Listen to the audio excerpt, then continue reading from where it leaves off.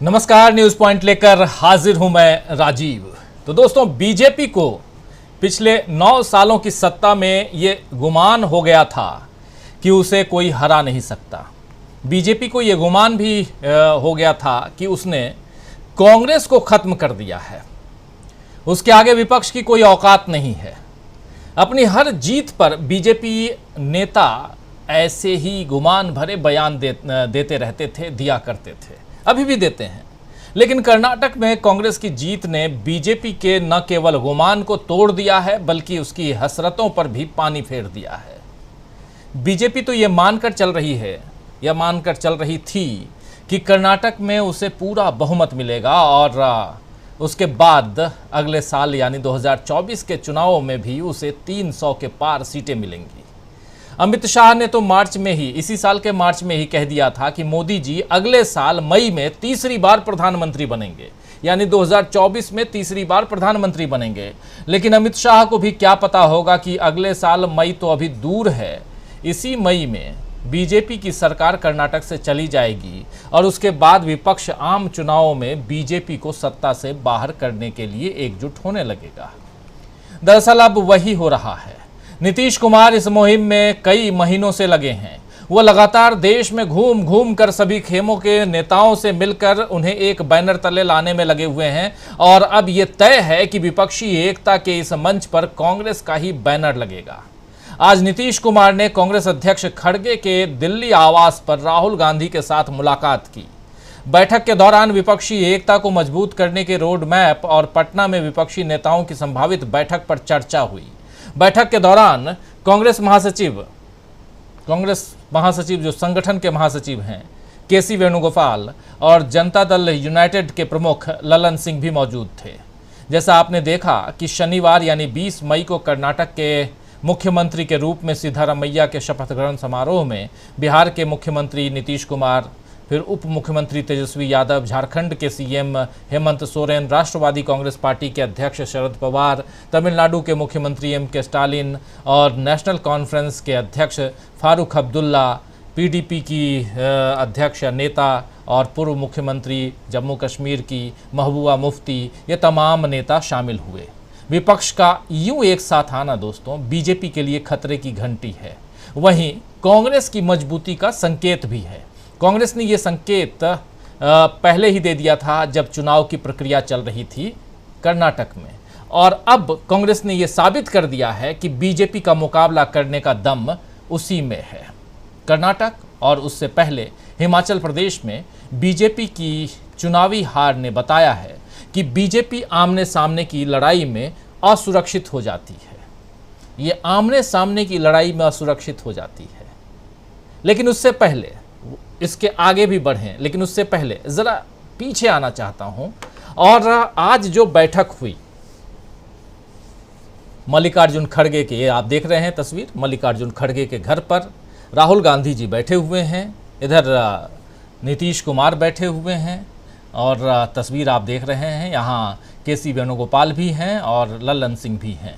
इन पांचों के बीच जो बातचीत चल रही है, उसके बाद केसी वेणुगोपाल ने बाहर निकलकर मीडिया से चर्चा की। मीडिया से क्या कुछ कहा, क्या कुछ रणनीतियां अंदर बनी, ज़रा उसको सुन लेते हैं और फिर आगे बढ़ते हैं और कैसे आमने सामने की लड़ाई में बीजेपी खुद को असुरक्षित महसूस करती है, ये समझेंगे। लेकिन पहले सुनते हैं केसी वेणुगोपाल ने कहा क्या। We had a detailed discussion about the opposition parties meeting. We will decide the date and place of the meeting within 1 or 2 days. This is what we decided today. Opposition party meeting will be held and the date will be decided within 1 or 2 days, and date and place will be inform you within 1 or 2 days. How many parties will participate, sir? How many parties you are expecting to participate in that meeting? Majority, vast majority of the party will attend. तो केसी वेणुगोपाल कह रहे हैं कि हम date और place यानी तारीख और जगह ये दोनों बहुत जल्दी बता देंगे, एक दो दिनों में, कि कहां कब मीटिंग होनी है, विपक्षी दलों की मीटिंग होनी है। पहले कहा जा रहा था कि पटना में एक मीटिंग बुलाने का जो प्रस्ताव है वो जब नीतीश कुमार और ममता बनर्जी के बीच मुलाकात हुई थी, तो ममता बनर्जी ने यह प्रस्ताव दिया था कि एक मीटिंग बुला लीजिए, पटना में बुला लीजिए, तो ये बात चल रही थी। लेकिन अब आज जब मल्लिकार्जुन खड़गे और राहुल गांधी के साथ नीतीश कुमार की मुलाकात हुई है, तो फिर ये तय हुआ है कि आगे क्या कुछ करना है। इसमें एक बात और तय की गई है, वो बात ये कि आगे आम आदमी पार्टी के साथ किस ढंग से बढ़ना है, यानी आगे कैसे बढ़ना है। आम आदमी पार्टी के खिलाफ दिल्ली के केजरीवाल सरकार के खिलाफ जो अध्यादेश लेकर के आई है बीजेपी सरकार, मोदी सरकार, उस अध्यादेश के खिलाफ कांग्रेस का रुख क्या होगा ये भी आज साफ हुआ है, लेकिन उस पर भी चर्चा करेंगे।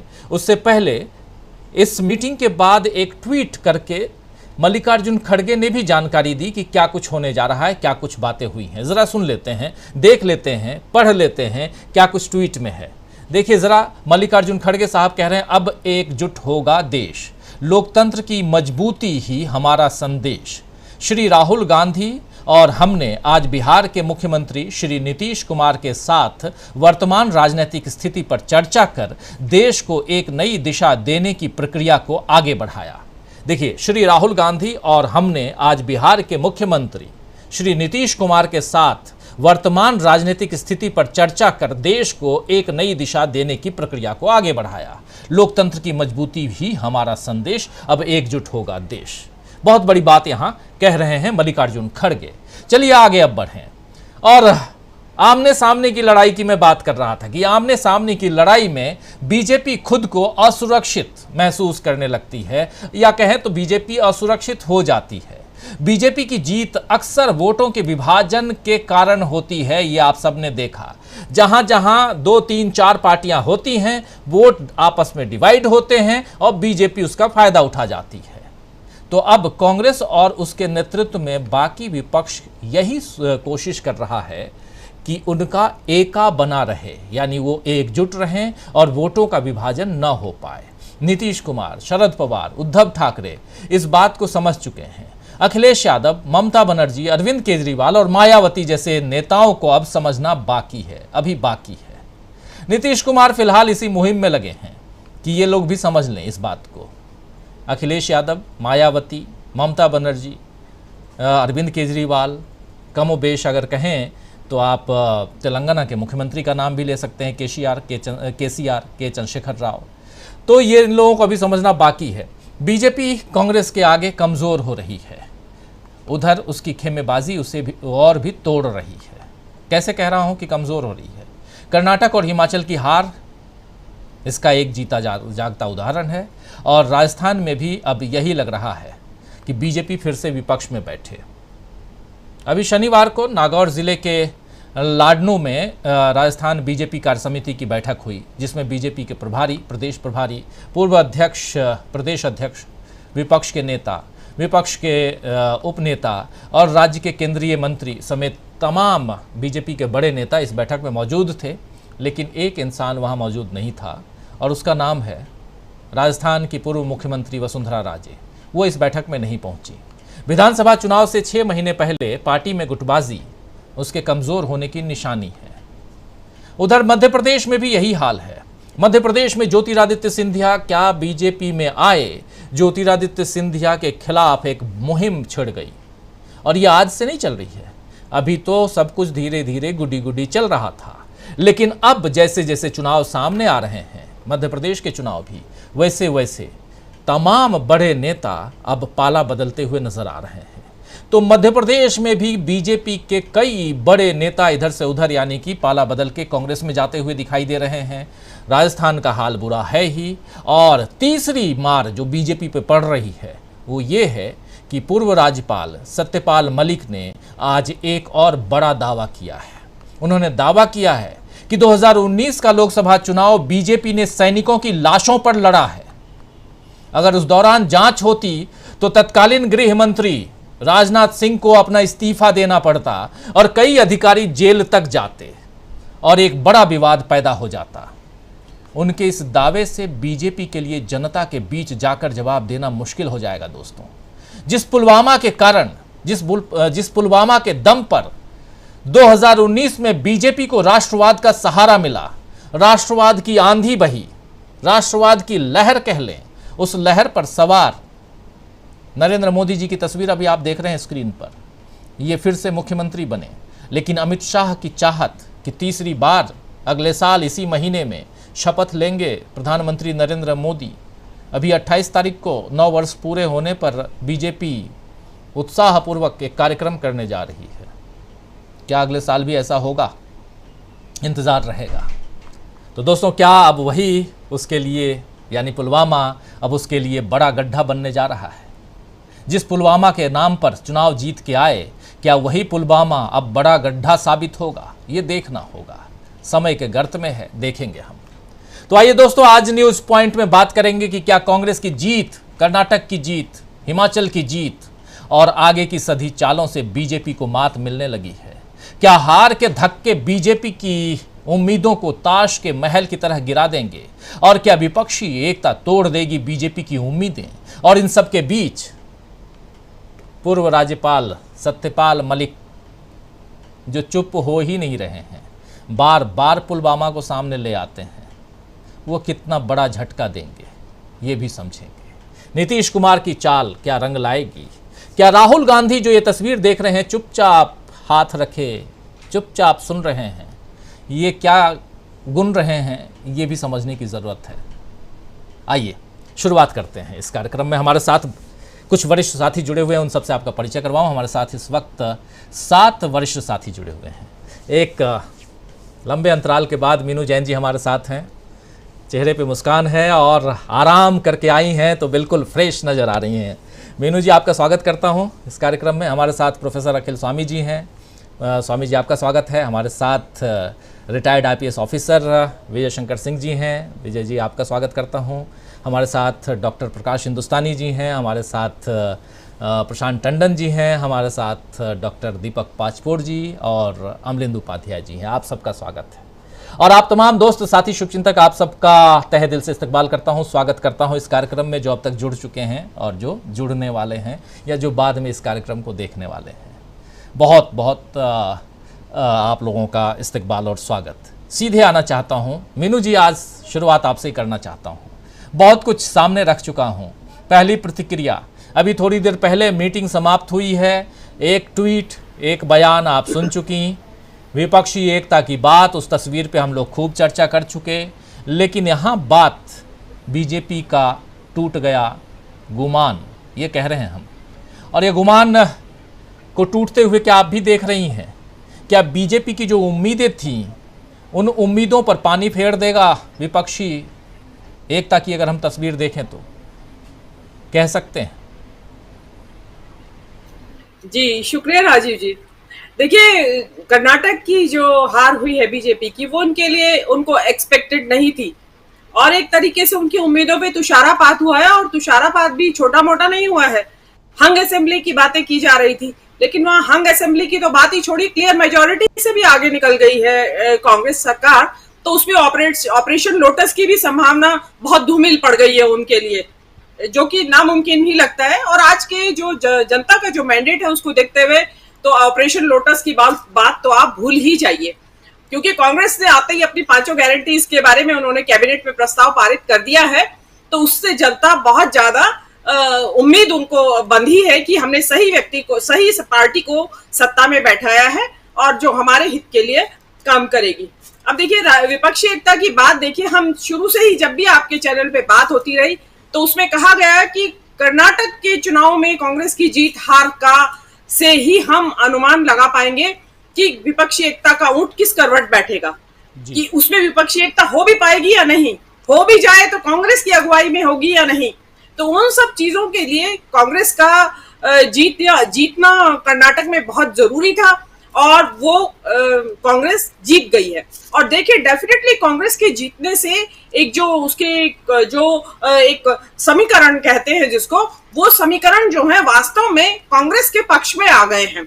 अब चाहे अनचाहे उनको कांग्रेस का, सभी विपक्षियों को कांग्रेस की अगुवाई को स्वीकार करने के लिए मजबूर होना पड़ेगा। देखिए, और उसमें रही सही कसर ये केजरीवाल सरकार, जो दिल्ली की सरकार है, उसका जो सुप्रीम कोर्ट का निर्णय आया था उससे वो लोग बड़े उत्साहित थे कि चलिए हमारी अब अपनी कांग्रेस, हम अपनी सरकार को अपने बलबूते से अपने हिसाब से चलाएंगे। लेकिन जो सेंट्रल गवर्नमेंट ने अध्यादेश जारी करके उस पर तुषारापात किया, उसके ऊपर बिल्कुल ठंडा पानी डाल दिया, उससे न केवल केजरीवाल बल्कि पूरे विपक्ष को अब दोबारा से सोचने के लिए बाध्य होना पड़ा है कि जो मोदी सरकार है उनका कोऑपरेटिव संघवाद, कोऑपरेटिव फेडरलिज्म, सहकारी संघवाद में विश्वास नहीं है। वो राज्यों को साथ लेके चलने के पक्ष में नहीं है, वो राज्य केंद्र के साथ साथ राज्यों पे भी खुद शासन करना चाहते हैं, चाहे वहां विपक्षी सरकारों का शासन हो या ना हो। तो ये चीज एक दोबारा से सीमेंट का काम करेगी विपक्षी एकता के को बढ़ाने में। और उसमें नीतीश कुमार, मुझे ऐसा लगता है जो आज नीतीश कुमार का आज भी वो एक्टिव हैं, तो मुझे ऐसा लगता है कि नीतीश कुमार जो हरकिशन सिंह सुरजीत का रोल था, वो रोल दोबारा से उस रोल में शायद मुझे लगता है कि नीतीश कुमार दोबारा से उस रोल में दिखाई देंगे। वो जाने दीजिए कि उनकी पार्टी की कितनी सीटें आएंगी या नहीं आएंगी। देखिए इस तरीके की जहां अबोला है कई विपक्षी पार्टियों के बीच में, बोलचाल भी नहीं है, तो उसमें इस तरह के मीडिएटर की जरूरत पड़ती है। और नीतीश कुमार मृदुभाषी भी हैं और राजनीति के तो धुरंधर खिलाड़ी हैं ही। जी राजीव जी। जी बिल्कुल बिल्कुल। मीनू जी आप गायब हो गए, लेकिन आपकी आवाज़ जो है वो आ रही है। और बहुत अच्छा नाम आपने सुझाया, अभी बताया, हरकिशन सिंह सुरजीत साहब का। और बिल्कुल सही नाम है, उनके नाम की भी चर्चा आगे भी करेंगे। और जब विपक्षी यूनिटी की बात होगी, एकता की बात होगी, तो उनका नाम भी सामने आएगा ही। और इस वक्त नीतीश कुमार इस खेमे में नज़र आ रहे हैं और बहुत मेहनत करते हुए नज़र आ रहे हैं। जैसा केसी वेणुगोपाल कह रहे थे कि बहुत जल्द हम बताएंगे जगह और तारीख, दोनों बताएंगे, तो उसका भी इंतज़ार रहेगा। आना चाहता हूं प्रोफेसर अखिल स्वामी जी आपके पास, किस रूप में आप देखते हैं, क्या ये जिस विपक्षी एकता की बात, जिस तस्वीर को हम कर्नाटक के मंच पे देख रहे थे शनिवार को, उस तस्वीर से अब बाहर हम निकल के आते हैं और थोड़ा पीछे भी जाते हैं। राहुल गांधी एक किरदार के रूप में हैं। इस तस्वीर के जो प्रमुख किरदारों में से एक राहुल गांधी को क्या माना जा सकता है, जो लगभग 4000 किलोमीटर पैदल यात्रा अगर नहीं करते तो शायद आज वो तस्वीर बनती हुई नजर नहीं आती, या ऐसा माना जाए? देखिए राजीव जी, कुछ घटनाएं और घट रही हैं। आज डीके शिव कुमार एसएम कृष्णा के हैं, उनके पैर छुए हैं और पैर छू के उनका स्वागत किया है। और एसएम कृष्णा आप जानते हैं कर्नाटका के कितने बड़े नेता हैं। दूसरी खबर आपने सुनी होगी, विप्लव देव त्रिपुरा के चीफ मिनिस्टर जो रहे, उन्होंने सब कहने के बावजूद, केंद्रीय नेतृत्व के कहने के बावजूद प्रेस कॉन्फ्रेंस की और उन्होंने कहा कि त्रिपुरा के अंदर बाहर के लोगों का कब्जा हो गया है। तीसरी खबर यह है कि हरियाणा के अंदर 20 विधायक ऐसे हैं जजपा के और बीजेपी के जो कांग्रेस में क्रॉसओवर करने के लिए तैयार हैं। कम से कम 25-30 एमएलए ऐसे हैं बीजेपी के जो कांग्रेस में क्रॉसओवर करने के लिए तैयार हैं। वास्तविकता में नाव डूब रही है और इस नाव के डूबने के जो मुख्य कारण हैं वो ये हैं कि जिस प्रकार महाभारत काल में जिस प्रकार से चीरहरण हुआ था और नाश हुआ था, आज जो बेटियों के सामने ब्रजभूषण शरण सिंह ने ये कहा है, एक्यूज्ड ने ये कहा है और कानून को धता बताते हुए कहा कि मैं नार्को टेस्ट कराऊंगा, पहले इन आरोप लगाने लड़कों का नार्को टेस्ट कराओ। माने हमारी कानून की क्या स्थिति, हमारे देश की कानून की स्थिति है। अगला स्टेटमेंट आप देखिए कि हमारे देश की जो शान है, द्रौपदी मुर्मू जो देश की पहली आदिवासी महिला राष्ट्रपति हैं, जो देश की पहली नागरिक हैं, उनको बुलाया नहीं जा रहा है। जो नया संसद भवन का उद्घाटन हो रहा है, और कौन रहा है जिसको शौक है कि वो मार्क जुकरबर्ग को भी धक्का दे के आगे हो जाता है। केदारनाथ में ब्राह्मणों को धक्का देकर भी वो मंदिर के दर्शन पहले कर लेता है, के साथ टिकने नहीं देता। देश की क्या छवि पूरे विश्व में बन रही है राजीव जी, वास्तविकता में भगदड़ है। और जो मैंने आपके कार्यक्रम में कई बार राजीव जी कहा, चुनाव जहां जहां के घोषित होंगे, और ये जो ज्योतिरादित्य सिंधिया हैं ये कांग्रेस छोड़ के चले गए और बीजेपी ने बहुत बड़ी मूर्खता की इनको अपनी पार्टी में ले लिया। आज जो बीजेपी की दुर्गति है उसके पीछे सिंधिया जी का हाथ है, और ये जब तक वहां पे बीजेपी के नैया को डुबा नहीं देंगे तब तक ये चैन नहीं भरेंगे। ये कांग्रेस की नैया डुबाते रहे, वहां जाके बीजेपी की नैया डुबा रहे हैं। यही राजस्थान की स्थिति है, जहां जहां चुना। और फिर अपनी बात दोहरा के बात को खत्म करता हूं, जिस दिन पार्लियामेंट इलेक्शन डिक्लेयर हो, जिनकी आप कल्पना नहीं कर सकते वो बीजेपी छोड़े हैं। केवल लोगों को छेड़कर बीजेपी में एक आदमी नहीं है जिसके मन में संतोष का भाव है। सब परेशान हैं और सबके दिल में यह भावना है कि किसी भी प्रकार से अब बीजेपी को तो हम जितने की सोच सकते हैं, मोदी जी को दोबारा सत्ता में नहीं आने देंगे। जी, एक छोटे से उसमें आपने तमाम पूरी तस्वीर बीजेपी की सामने रख दी, त्रिपुरा से लेकर के यहाँ तक, और बहुत सही तस्वीर आप बता रहे हैं। और ये जो नाव जो डूब रही है बीजेपी की, उसी पे हम चर्चा कर रहे हैं। और कई बार लहर पे सवार होकर आप पार तो लगा लेते हैं, लेकिन जब ओरिजिनल बिना लहर के आप पार करने की कोशिश करते हैं तो ऐसा ही होता है। तो क्या यह बिना लहर के पार कर पाएगी बीजेपी? आने वाले चुनाव, आने वाले साल तक आगे पहुंच पाएंगे? बहुत सारे सवाल हैं। मणिपुर को लेकर के बहुत चिंता होती है और मणिपुर में फिर से कर्फ्यू लगा दिया गया है, तो आप समझ सकते हैं वहाँ हिंसा फिर से भड़क उठी है। त्रिपुरा का आप जिक्र कर रहे थे तो इसलिए ध्यान आ गया मणिपुर का भी।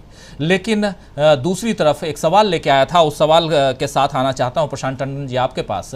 प्रशांत जी, किस रूप में देखा जाए जो इस विपक्षी एकता की तस्वीर की बात हम करें, हम बात करें कांग्रेस की डूबती नैया की, हम बात करें चाहे टूट गया गुमान की बात कर लें बीजेपी का, माफ़ करें बीजेपी की डूबती नैया की, या बीजेपी का टूट गया गुमान की बात कर लें, जो भी बात करें, लेकिन सबसे बड़ी बात यहाँ ये है कि इस पूरे एपिसोड जो कह लें सियासी एपिसोड, इसके कर्ता धर्ता के रूप में क्या राहुल गांधी को माना जा सकता है?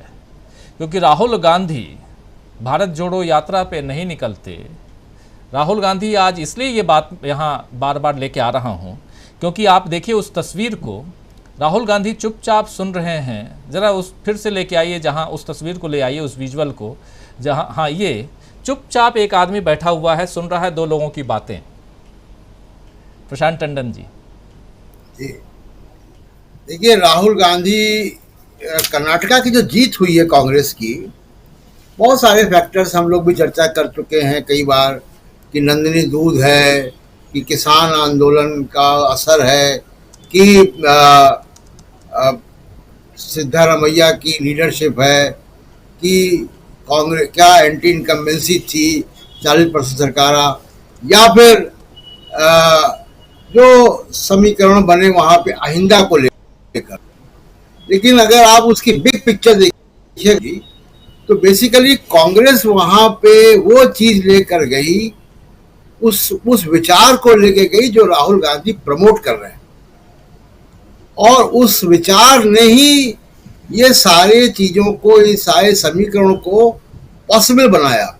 एक होता है कि जी थॉट, और थॉट का जो एग्जीक्यूशन है वो इन सब चीजों को इकट्ठा करता है। अब मैं आपको एक तस्वीर बताता हूं कि जो नीतीश कुमार कर क्या रहे हैं, और ये पूरी विपक्षी एकता का ताना बाना है क्या, तो उसमें कुछ संख्या बताता हूं आपको, और उस संख्या से आपको तस्वीर एक दिखाई देगी कि ये होने क्या जा रहा है और नीतीश कुमार कर क्या रहे हैं, कांग्रेस की रणनीति क्या है। पहले जरा एनडीए के बारे में देखते हैं।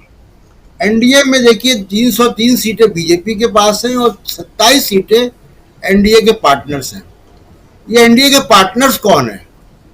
ये एनडीए के पार्टनर्स हैं शिवसेना, एकनाथ शिंदे, उनके पास 13 एमपी हैं जो उन्होंने जीते नहीं हैं, पार्टी के लोटस में आए हैं जी। उसके बाद रामविलास पासवान की पार्टी के 5 एमपी हैं, अपना दल के 2 एमपी हैं, और बाकी 7-8 जो बची हुई फिगर्स हैं वो उत्तर पूर्व की छोटी छोटी पार्टी एक एमपी हैं। ये तो आज की तारीख में एनडीए है जिसके पास मुख्य धारा की एक भी पार्टी नहीं है। जो नीतीश कुमार के आज भी हो रहा है वो सिर्फ विपक्षी एकता की बात नहीं हो रही है, वो बात ये हो रही है कि एनडीए का एक्सपेंशन ना होने पाए, तो जो पॉसिबल पार्टनर्स हैं जो वहां जा सकते हैं उनको इंगेज रखा जाए। तो एनडीए इतना ही रहे जितना होगा। तो आप सोचिए कि शिवसेना एकनाथ शिंदे की स्थिति लोकसभा के चुनाव में क्या होगी। ये उनके जीते हुए लोग नहीं, या जो पासवान की पार्टी है उनका क्या होगा, और हो भी मान लीजिए रिपीट भी कर दे तो क्या होगा। अब कुछ मैं फिगर्स आपको देता हूं कि कहाँ ऑपोजिशन यूनिटी की जरूरत है और कहाँ नहीं है। देखिए, कांग्रेस को 261 ऐसी सीटें हैं 2019 के लोकसभा में जहां पे कांग्रेस नंबर 1 और नंबर 2 रही है। ये सीटें 261 हैं। उसके बाद आइए 148 सीटें वो हैं जहां पे अपोजिशन की यूनिटी है, ऑलरेडी है। यानी बिहार गठबंधन है, सरकार चल रही है। महाराष्ट्र महाविकास आघाड़ी है। झारखंड है, सरकार चल रही है कांग्रेस के साथ मिलके। तमिलनाडु है, सरकार चल रही है। जम्मू एंड कश्मीर गुपकर अलायंस है, ये इंटैक्ट है। ये 148 सीटें हैं राजीव जी। ये 27% लोकसभा है जहां कांग्रेस की लीडरशिप में ऑलरेडी एक गठबंधन एग्जिस्ट कर रहा है। अब मैं उन राज्यों की बात करता हूं, 191 वो सीटें हैं जहां कांग्रेस को गठबंधन की आवश्यकता ही नहीं है, जहां पे कांग्रेस और बीजेपी 1 on 1 लड़ती है। यानी वो जो 350 सीटें हैं लगभग, जहां पे कांग्रेस और बीजेपी एक साथ सामने रहती है। ये राजस्थान है, यहां पे कांग्रेस को किसी गठबंधन की आवश्यकता नहीं है। मध्य प्रदेश है, छत्तीसगढ़ है, कर्नाटका अभी जीत हासिल हुई है और लोकसभा में उनके लिए कतई आवश्यक नहीं कि वो जेडीएस को भी साथ लें। असम है, दिल्ली है। दिल्ली में अगर आप देखिएगा कि लोकसभा सीटों का परिणाम, विधानसभा छोड़ दीजिए, लोक 7 सीटों में भी कांग्रेस नंबर 2 थी जी। हिमाचल प्रदेश और उत्तराखंड, यानी ये जो 8 राज्य हैं, इसमें 191 सीटें हैं लोकसभा की। इसमें कांग्रेस को किसी अपोजिशन की जरूरत नहीं है, किस गठबंधन की आवश्यकता नहीं है। कांग्रेस अकेले सक्षम है। अब मैं उन राज्यों की बात करता हूं, उन सीटों की बात करता हूं जहां पे नीतीश कुमार जो एक्सरसाइज कर रहे हैं उसका मतलब है। ये सभा की 185 सीटें हैं, जिसमें उत्तर प्रदेश की 80 सीटें हैं, बंगाल की 42 सीटें हैं, जहां पे तृणमूल कांग्रेस है, जहां पे लेफ्ट है और कांग्रेस है। ये 3 पार्टियां हैं वहां पे। ऐसी उत्तर प्रदेश में समाजवादी पार्टी, बहुजन समाज पार्टी, 2 बड़ी पार्टियां हैं कांग्रेस को जिनके साथ तालमेल करना होगा। उड़ीसा में बीजेडी है, 21 सीटें लोकसभा की। तेलंगाना में टीआरएस है, जहां पे गठबंधन की आवश्यकता है। आंध्रा में 25 है, जहां पे 2 पार्टियां हैं, टीडीपी और वाईएसआर कांग्रेस पार्टी जी। ये 185 सीटें हैं जहां पे नीतीश कुमार को 2 काम करने हैं, गठबंधन करना है, और गठबंधन ना हो तो इनमें से कोई जो लोग हैं ये बीजेपी के साथ ना जाएं या बी टीम ना बन जाएं। तो ये सीटों के हिसाब से राजीव जी जो नक्शा है कि किस नक्शे पर नीतीश कुमार काम कर रहे हैं। अब दूसरी बात यह है कि कांग्रेस को क्या करना है कि जो 261 सीटें हैं जहां कांग्रेस और बीजेपी, जहां पे कांग्रेस विनर या रनर्स अप रही है, वहां पे अहिंदा जो कर्नाटका का है उसको नेशनल पर देना है, उसको मैग्नीफाई करना है नेशनल लेवल पे। एक बात। दूसरी बात कि जैसे जो माइनॉरिटीज के वोट का मूवमेंट है जो दिख रहा है, जो कर्नाटक में दिखा, जो सागरडीगी में दिखा, जो कस्बा पेट में दिखा, ये मूवमेंट को इंश्योर करना है कि ये राष्ट्रीय लेवल पे हो। और तीसरा कांग्रेस को करना है कि इनमें से जितना कम हो सके जो बीजेपी को वोट काटने वाली पार्टियां वो साथ में ना आए। तो इन 261 सीटों पे जो इक्वेशन होगा वो अहिंदा का होगा। जो सामाजिक न्याय की राजनीति कांग्रेस अब कर रही है, जो अभी तक नहीं की थी, जो कास्ट सेंसस की बात कर रहे हैं, और कास्ट सेंसस भले सुप्रीम कोर्ट ने स्टे कर दिया, रिलीफ नहीं दिया, और हाई कोर्ट ने, पटना हाई कोर्ट ने स्टे कर दिया, वो सेंसस नहीं था, वो सर्वे था बिहार का।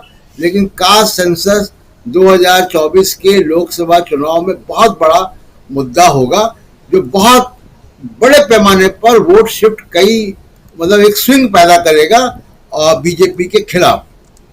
तो राजीव जी, ये कुल मिला के एक नक्शा है जो एक तस्वीर पेश कर रहा है।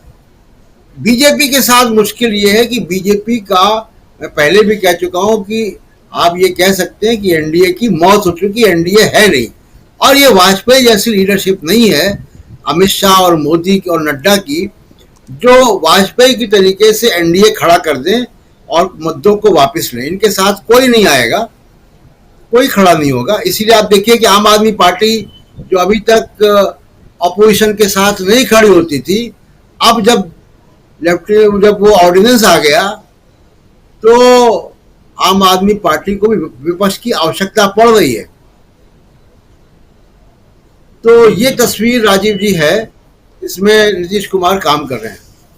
ये बिल्कुल एक आईना आप सामने रख रहे हैं। इस आईने को अगली दफ़ा ग्राफिकली हम सामने लेके आएंगे ताकि और भी क्लियर तस्वीर सामने आए। बहुत शानदार ढंग से 261 सीटें जहां बीजेपी और कांग्रेस आमने सामने, और उसमें से कई सीटों पर कांग्रेस, 52 सीटों पर कांग्रेस तो जीती हुई है, और लेकिन उसके अलावा कुछ जो सीटें हैं उन सीटों की बात और डर यहीं से, जो शुरुआत में भी जो मैं अपनी बात जब रख रहा था कि जहां भी आमने सामने की लड़ाई है वहीं परेशानी है बीजेपी को, और बीजेपी चाहती है, जो बात अभी प्रशांत टंडन जी भी रख रहे थे, बीजेपी चाहती है कि आमने सामने की लड़ाई ना हो, वहां 3-4 और पार्टियां खड़ी हो जाएं। और अगर 3-4 पार्टियां खड़ी होती हैं तो ये जो 80 और 20 का नमूना यहाँ पेश करने की कोशिश होती है वो थोड़ा बहुत इधर उधर दिखाई देता है, उसमें बीजेपी बाजी मार जाती है। क्या आगे भी ऐसा होगा? बिल्कुल नहीं होगा, ये तय मानिए आप, बिल्कुल नहीं होगा।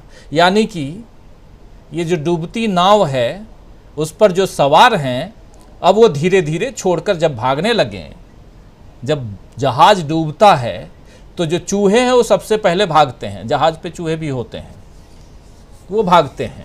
तो अभी चूहे निकलना शुरू हुए हैं धीरे धीरे धीरे। कैप्टन तो बेचारा आखिर तक, अगर फिल्म आप लोग टाइटैनिक देखे हो तो आप लोगों को याद होगा। खैर, लेकिन आना चाहता हूँ पहले डॉक्टर दीपक पाचपोर जी आपके पास। और दीपक जी, आप चूँकि छत्तीसगढ़ में बैठे हैं और हमारे एक साथी डॉक्टर प्रकाश हिंदुस्तानी जी मध्य प्रदेश में बैठे हैं, इनके पास आऊँगा तो और भी तस्वीर क्लियर होगी, जो जिस तस्वीर की बात यहाँ प्रशांत टंडन जी कह रहे थे।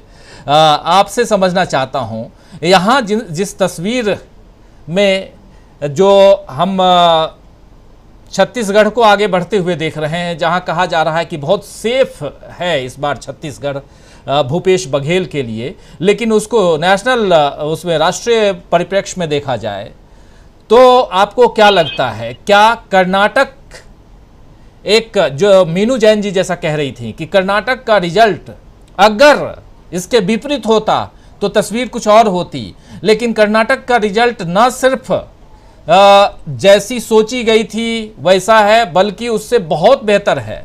मतलब कांग्रेस ने जैसा सोचा होगा उससे बहुत बेहतर है। कांग्रेस के लोग भी 120-130 तक ही अटकते थे, 130 के ऊपर है, अपने आप में बहुत बेहतर तस्वीर नज़र आ रही है।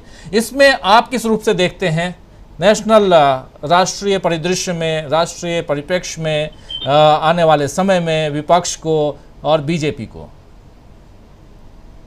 जी राजीव जी, मैं आपके सवालों का जवाब दूं उसके पहले मैं आपकी अनुमति से हमारे सारे दर्शकों और पैनलिस्टों को, हमारे पूरे देशबंधु और डीबी लाइव के परिवार को बधाई देता हूं, और ये खुशी की खबर शेयर करना चाहता हूं कि लगातार दूसरे मत अप्रैल 2023 में जो पॉलिटिकल कमेंटेटर्स के यूट्यूबर्स हैं उसमें डीबी लाइव जो है प्रथम स्थान पर फिर से आ गया है, जो हम सब के लिए, मुझे लगता है हम सबके लिए उपलब्धि है। और आपको विशेष रूप से बहुत बधाई कि आपने इस मुकाम तक डीबी लाइव को पहुंचाया है।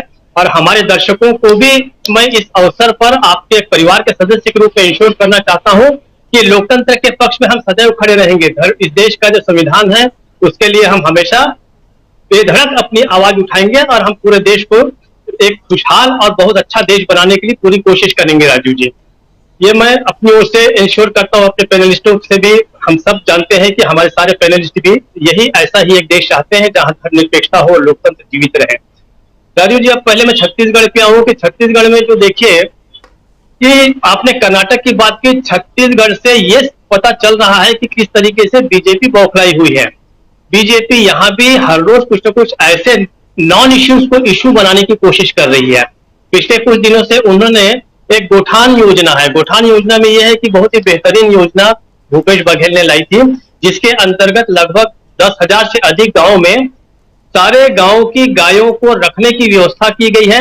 अब वहां जगह जगह जो है भारतीय जनता पार्टी के लोग जा रहे हैं और गोठान के भ्रष्टाचार को उठाने की, कथित भ्रष्टाचार को उठाने की कोशिश कर रहे हैं, जो एक सफल योजना है। हालांकि पिछले कुछ समय से आप जान रहे हैं कि यहाँ पे ईडी और आयकर के जो अधिकारी हैं, ये कुछ जरूरत से ज्यादा ही सक्रिय हैं और बड़े पैमाने पे लोगों के यहाँ छापे भी मारे जा रहे हैं, कुछ लोगों को जेल में डाला गया है। भूपेश बघेल चिट्ठियां तक लिख चुके हैं कि हम लोग को प्रताड़ित किया जा रहा है और ये कहा जा रहा है कि आप इस भ्रष्टाचार में भूपेश बघेल का भी नाम लीजिए, और ये कोर्ट में भी, सुप्रीम कोर्ट के संज्ञान में भी आया है। तो इससे ये पता चलता है कि भारतीय जनता पार्टी जो है उसके पास इश्यूज का बड़ा अभाव है। उसका कारण ये है कि कर्नाटक में उन्होंने देख लिया है कि ध्रुवीकरण और ये जो इस तरीके के जो मुद्दे हैं, भावनात्मक मुद्दे हैं, उन भावनात्मक मुद्दों को अब जनता स्वीकार नहीं कर रही है। क्योंकि सत्यपाल मलिक ने दो बातें कही हैं। उन्होंने कहा है कि पुलवामा जो है, पुलवामा ने 2019 का चुनाव मोदी को जिताया है, लेकिन पुलवामा ही जो है 2024 का चुनाव जो है बीजेपी को हरा देगा। दूसरी बात उन्होंने ये कही कि अडानी को अगर मोदी ने छेड़ा, अदानी को अगर मोदी ने छेड़ा तो अदानी पूरी भारतीय जनता पार्टी की सरकार को खा जाएगी। इसका अर्थ यह है कि बहुत जल्दी ऐसा वक्त आएगा जब भारतीय जनता पार्टी के अपने जो लोग हैं वो हाथ खड़े कर लेंगे और वो अदानी और पुलवामा का जो मुद्दा है उसमें मोदी के साथ कतई खड़े नहीं होंगे। जिस अभी हम बहुत सारा शोर सुन रहे हैं, हालांकि इसके पहले मोदी खुद कह चुके हैं कि मैं वो व्यक्ति नहीं हूं जो तीसरी बार प्रधानमंत्री नहीं बनूंगा। लोग भूल जाएं, मैं तीसरी बार भी प्रधानमंत्री बनने जा रहा हूं। जहां तक इसी बात को शाह ने कहा है कि जिसका उल्लेख आप कर रहे हैं कि तीसरी बार जो है मोदी जी प्रधानमंत्री बनेंगे, नड्डा भी कह चुके हैं। तो सर, टाइटेनिक की जिसका आपने उल्लेख किया, देखिए टाइटेनिक में कुछ संगीतकार थे। जब टाइटेनिक डूब रहा था तो वो संगीत बजा रहे थे, तो नड्डा और शाह जो है वही संगीतकारों की भूमिका में है। वो ध्यान बटा रहे हैं, लोगों का साहस बढ़ा रहे हैं कि भाई मेरा म्यूजिक सुनो, अभी हम डूबने नहीं जा रहे हैं। तो उनका डर, उनका खौफ जो है भारतीय जनता पार्टी के सदस्यों का, ये दो बड़े संगीतकार जो है ऑर्केस्ट्रा पार्टी के मुख्य सदस्य, ये संगीत बजाकर उनका दिल बहला रहे हैं। लेकिन उन्हें ये नहीं पता था कि बेहतरीन संगीत के बाद भी टाइटेनिक जो है वो डूब गया था। अल्टीमेटली उसे कोई नहीं बचा सका था। तो ये जो चीजें हैं, ये दूसरी बात और जो मैं ये कहना चाहता हूं कि जहां तक अब जो इसमें तो एक खुशी की बात यह है कि अब जो विपक्षी एकता हो रही है वो किसी ईडी या जांच एजेंसीज या किसी आईटी के डर से नहीं हो रही है। ये मुद्दों पर आधारित एकता हो रही है और ये बहुत ही सब्सटेंशियल तरीके से उभर कर सामने आ रही है। लोग अपने आप जुड़ रहे हैं, लोगों की उत्सुकता उसमें नजर आ रही है, जुड़ने की उत्सुकता नजर आ रही है। जो लोग अभी हैं वो तो ठीक है, और जिन लोगों को जोड़ने की कोशिश की जा रही है उसके भी ऐसा लगता है कि उसके भी एक अच्छे परिणाम आएंगे। दूसरी बात कि पूरे देश में विपक्षी एकता जो आगे बढ़ रही है वो जो है वो एक मुद्दों पर आधारित सामाजिक न्याय, सशक्तिकरण के आधार पर चल रही है। अब लोगों को ये चीजें महसूस होने लग गई है, खासकर भारतीय जनता पार्टी के जहां जहां सरकारें हैं वहां पे उनके वादों का क्या हुआ, और कांग्रेस की सरकारें जहां पर है उनके वादों का क्या हुआ। अगर आप देखें तो लोगों के सामने स्पष्ट जो है वो अंतर सामने आ चुका है।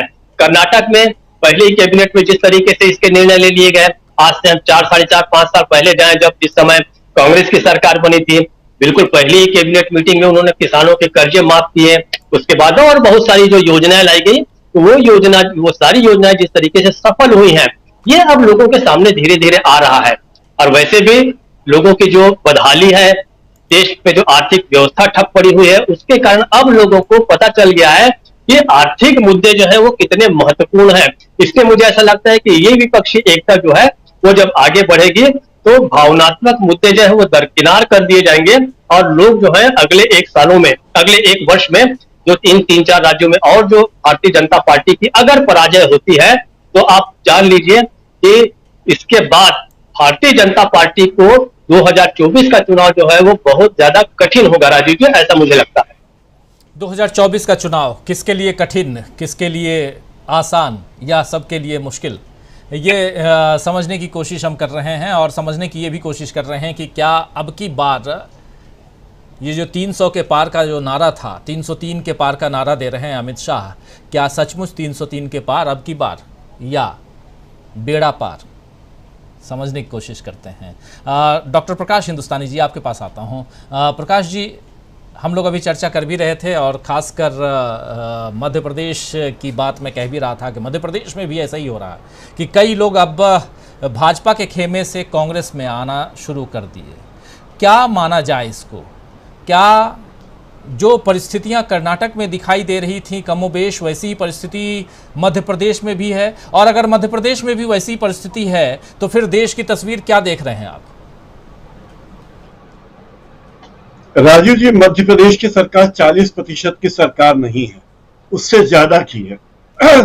40% में प्रवृत्ता नहीं है मध्य प्रदेश के नेताओं को। 40% बहुत कम है उनके लिए। और तमाम योजनाएं जो खाके बनाए गए हैं उस सब से डर बैठ गया कि विधानसभा चुनाव में क्या होगा, लोकसभा में तो जो होगा वो होगा ही होगा। अभी मध्य प्रदेश में बीजेपी कर्नाटक के तरीके से ही, यानी मोदी के चेहरे को सामने रखकर चुनाव लड़ने की बात कर रही है।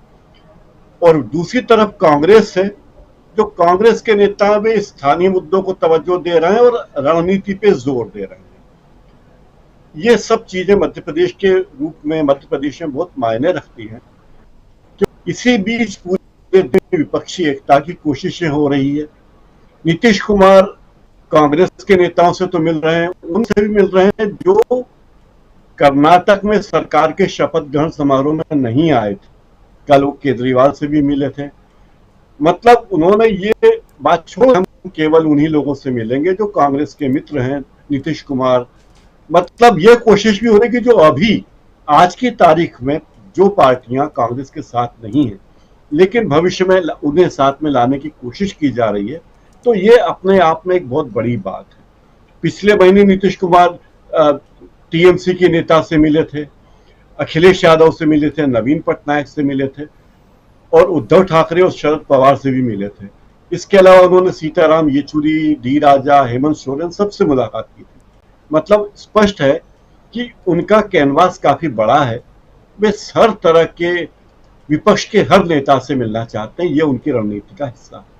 अभी कुछ देर पहले ही प्रशांत जी ने बताया था कि किस तरह से कांग्रेस अपनी एकता की कोशिशें कर रही है और उसमें मैं कुछ बातें जोड़ देना चाहता हूं। मेरी बातों को प्रशांत जी की बातों के आगे की बात मानी जाए। जैसे कांग्रेस ने यह बात तय की है कि 2019 में जिन 121 सीटों पर वो आरक्षित में से 56 आरक्षित सीटों पर हारी थी, उस पर उसने फोकस कर दिया है। और इन 56 सीटों में से वे सीटें हैं जो कई राज्यों में बिखरी पड़ी है। और यहाँ पे कांग्रेस ओबीसी, एससी, एसटी और अल्पसंख्यक मतदाताओं का विधानसभावार पहचान कर रही है और नेतृत्व विकास मिशन के नाम से अंदर ही अंदर एक कोशिश कर रही है कि वो किस तरह इन सीटों पर अपनी जीत बढ़ाए, अपनी जीत तक पहुंचे। इसके पहले ये सीटें कम थी और उसके बाद अब वो सीटें और बढ़ा दी है कांग्रेस ने और यह माना कि 160 सीटें ऐसी है जिनमें वो जीत सकती है। इसमें बिहार और महाराष्ट्र की बहुत सी सीटें शामिल है। यानी जिस बिहार और महाराष्ट्र में बीजेपी अपनी बपौती समझ रही थी, वहां उसके लिए मुश्किल है। ये जो 56 सीटें ओबीसी, एससी, एसटी की हैं, ये 12 राज्यों में फैली हुई है और इन राज्यों में कांग्रेस कभी दूसरे स्थान पर रही थी। तो ये रणनीतिकारों का मानना है, कांग्रेस के सीनियर नेताओं का मानना है कि पार्टी यहाँ पर बहुत अच्छा परफॉर्म कर सकती है और कर्नाटक में जो चीजें हुई है उससे इसे और बल मिला। कांग्रेस पार्टी, अभी कमलनाथ ने इंदौर में एक बात कही थी 2 दिन पहले कि हर संसद की हर सीट पर एक प्रभारी की संरचना हम लोग करने जा रहे हैं। ये ना सोचे कि हम 2024 की तैयारी नहीं कर रहे हैं, केवल विधानसभा में ही उलझे हैं। और उन्होंने उदाहरण दिया कि छिंदवाड़ा में किस तरह उन्होंने ब्लॉक लेवल पे अपने अपने अपने संगठन को मजबूत बनाया। और छिंदवाड़ा देश का एकमात्र संसदीय क्षेत्र है जहां सांसद कांग्रेस का है, सारे विधायक कांग्रेस के हैं, सारे पार्षद कांग्रेस के हैं, सारी नगर पंचायतों में कांग्रेस है, सारी जिला पंचायतों में, ब्लॉक में कांग्रेस है। तो उन्होंने कहा हम अपने संगठन पर अगर ध्यान दे रहे हैं, जिस तरह हम ध्यान दे रहे हैं, इस तरह के सुझाव उन्होंने दिए हैं। और अब ये करने वाली है पार्टी कि आगामी विधानसभा चुनाव में भी हर विधानसभा में एक कोऑर्डिनेटर बनाएगी और उसका काम यह होगा कि कैसे ओबीसी का, दलित का, अल्पसंख्यकों का मतदाताओं की पहचान करे और उन मतदाताओं की सूची बनाए जो इनसे सहानुभूति रखते हैं और उन मतदाताओं को उम्मीदवार से जोड़े। मतलब एक बहुत बड़े पैमाने पे कांग्रेस संगठन में काम कर रही है।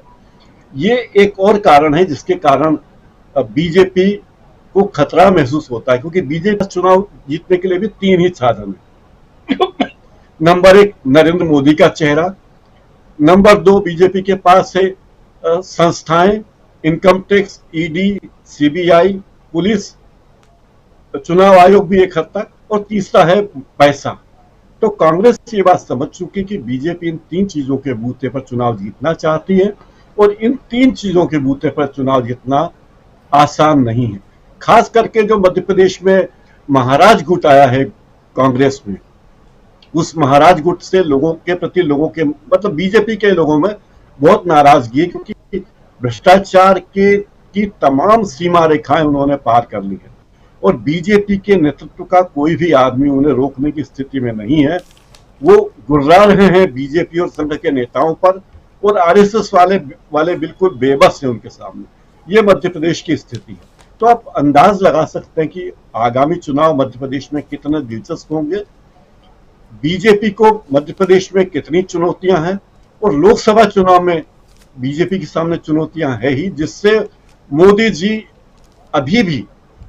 अभी से वो उनमें खौफ खाया हुआ है और वे कोई ना कोई बात जरूर कहते हैं, कोई ना कोई बहाना बनाते हैं। एक और बात कही जा रही है कि मध्य प्रदेश में जिस तरह शिवराज सिंह चौहान प्रधानमंत्री नरेंद्र मोदी का चेहरा आगे लाकर चुनाव लड़ने की बात करते हैं, इसका कारण यह है कि उन्हें पता है कि उनका अपना या बीजेपी का कोई वर्चस्व बचा नहीं है।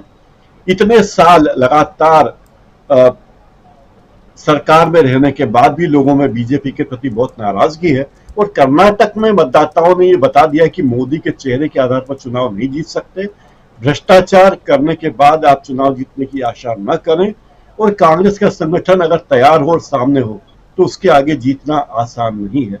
मध्य प्रदेश की बीजेपी को इसका एहसास हो गया है और एक हद तक दिल्ली में बैठे नेताओं को भी इसका गुमान है। अभी दीपक पाचपोर जी ने कहा कि टाइटैनिक डूब रहा था और किस तरह से ऑर्केस्ट्रा बजा रहे थे, ये तो एक बात है। एक और बात है, उदाहरण दे रहा हूं कि पुराने जमाने में जब सती प्रथा थी और सती मतलब विधवा महिलाओं को लाकर जबरदस्ती चिता तक लाया जाता था तो बहुत ढोल नगाड़े बजाए जाते थे, बहुत शोर किया जाता था। मैं उसे इस तरह कहना चाहूंगा कि और इस तरह शोर मचाते हुए उस विधवा को सती होने के लिए बाध्य किया जाता था ताकि लोग उसका विलाप न सुन पाए। यही हाल अभी बीजेपी की सरकारों का है। वे इतना ढोल नगाड़ा बजा रहे हैं, इतना प्रचार कर रहे हैं, इतनी बातें बना रहे हैं कि उस विधवा का जो मतदाता रूपी विधवाएं हैं उन्हें सती बनाने के लिए ले जाया जा रहा है। वो उसका शोर, उसका विलाप लोगों तक न पहुंचे, दूसरे उम्मीदवारों तक न पहुंचे। राजीव जी। सिंह साहब, आपके पास आना चाहता हूं। क्या आप भी समझते हैं या आप भी सोचते हैं, मानते हैं कि जहां जहां कांग्रेस और बीजेपी आमने सामने है वहां बीजेपी के अंदर एक डर, एक भय वो पहले भी बरकरार रहता था और अभी भी बरकरार है? क्या मतों को बांटो, मतदाताओं को बांटो और राज करो की जो रणनीति बीजेपी की रही है, उस रणनीति पे ये जो विपक्षी एकता है वो वहाँ पे मतलब एक फुल स्टॉप लगाने के लिए में कारगर साबित होने वाला है, ये एकता साबित होगी या कुछ और देखते हैं आप? क्योंकि आने वाला जो चुनाव है ये एक अहम चुनाव और ख़ासकर बीजेपी के लिहाज से भी बीजेपी या प्रधानमंत्री नरेंद्र मोदी रिकॉर्ड बनाना चाहते हैं और कांग्रेस इस रिकॉर्ड को बनाने से रोकना चाहती है और नीतीश कुमार सामने दिखाई देते हैं। यानी आमने सामने की लड़ाई में बीजेपी खुद को यहाँ पर असुरक्षित महसूस करती है। राजीव जी, लड़ाई कोई भी हो, लड़ाई मुख्य रूप से आपके मनोबल से लड़ी जाती है। आपके पास साधन बहुत होते हैं, लेकिन बहुत से साधन होने के बाद भी यदि आपका मनोबल नहीं है तो सारे साधन बेकार हो जाते हैं। 2014 का जो चुनाव था उस समय की स्थिति अगर आप देखिए तो जो कांग्रेस हारी है या कांग्रेस हार गई थी 2014 में, उसका एक सबसे बड़ा कारण ये था कि यूपीए 2 के आखिरी 3 सालों में भ्रष्टाचार के ऐसे आरोप लगे। हालांकि वो सारे आरोप बाद में गलत साबित हुए, लेकिन एक तरीके से इंडिया अगेंस्ट करप्शन का आंदोलन चला, घूमफिर का आरोप लगाए गए। सीएजी की भी रिपोर्ट कुछ ऐसी आई, आप उनकी भी मिली भगत मान लीजिए, क्योंकि बहुत सी रिपोर्ट उन्होंने ऐसे दी जिनका कोई सिर पैर नहीं था, जो बाद में खुली। ऐसी स्थिति में कांग्रेस का मनोबल गिरा हुआ था, और जब नेतृत्व का मनोबल गिरा होता है तो कार्यकर्ताओं का भी मनोबल गिरा होता है। तो 2014 की ये स्थिति। 2019 में ये लगता था कि भारतीय जनता पार्टी को इतनी ज्यादा सीटें नहीं मिलेंगी, या हो सकता है ये भी हंग पार्लियामेंट हो जाए, लेकिन अचानक पुलवामा होता है और पुलवामा के बाद भारतीय जनता पार्टी उसी को इश्यू बना देती है। थोड़ा मैं आपको थोड़ा रोकना चाहूँगा सिंह साहब, थोड़ा रोकना चाहूँगा मैं, क्योंकि आपकी आवाज़ में हमिंग थोड़ा आ रही है, सुनने में थोड़ा डिस्टर्ब हो रहा है। ईयरफोन के कारण शायद है, अगर चेंज कर लें ईयरफोन तो बेहतर होगा, अगर चेंज कर पाएँ या बिना ईयरफोन के आ जाएँ, क्योंकि आवाज़ बहुत हमिंग है। और जी अब आवाज़ ठीक आ रही है? अब आवाज़ ठीक आ रही है? हल्की हमिंग, लेकिन फिर भी पहले से ठीक है।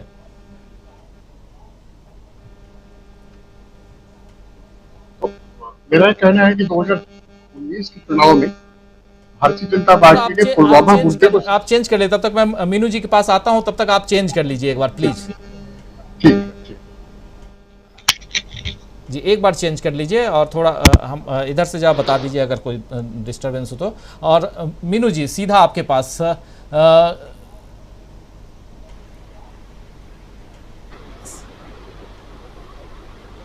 सिंह साहब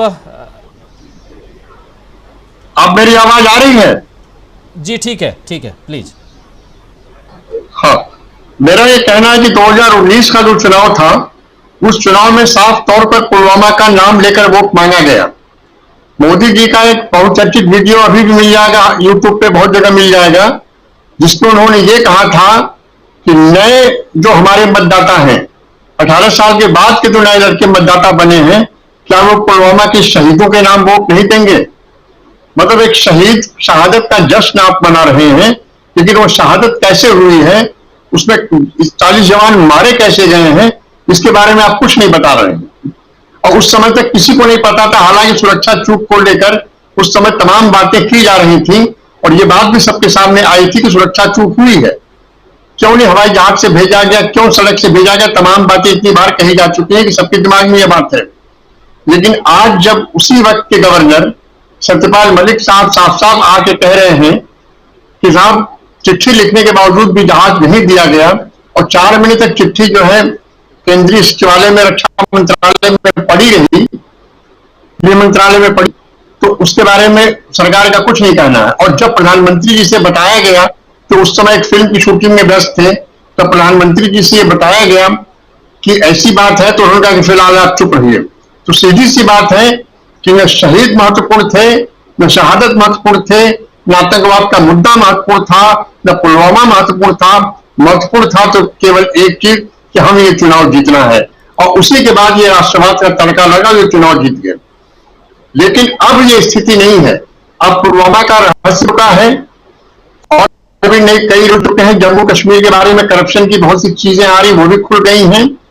और मैं समझता हूं जो आपने ये लिखा है कि बीजेपी का गुमान टूट गया, वाकई बीजेपी का गुमान टूट गया। और इसलिए बीजेपी का गुमान टूटा है कि भारतीय जनता पार्टी चुनाव में जिस मुद्दे को सबसे ज्यादा आगे लेके चलती है वो सांप्रदायिक मुद्दा होता है, सांप्रदायिक ध्रुवीकरण का मुद्दा होता है, हिंदू मुस्लिम का मुद्दा होता है। इस मुद्दे की पोल कर्नाटक की प्रबुद्ध जनता ने खोल के रख दी।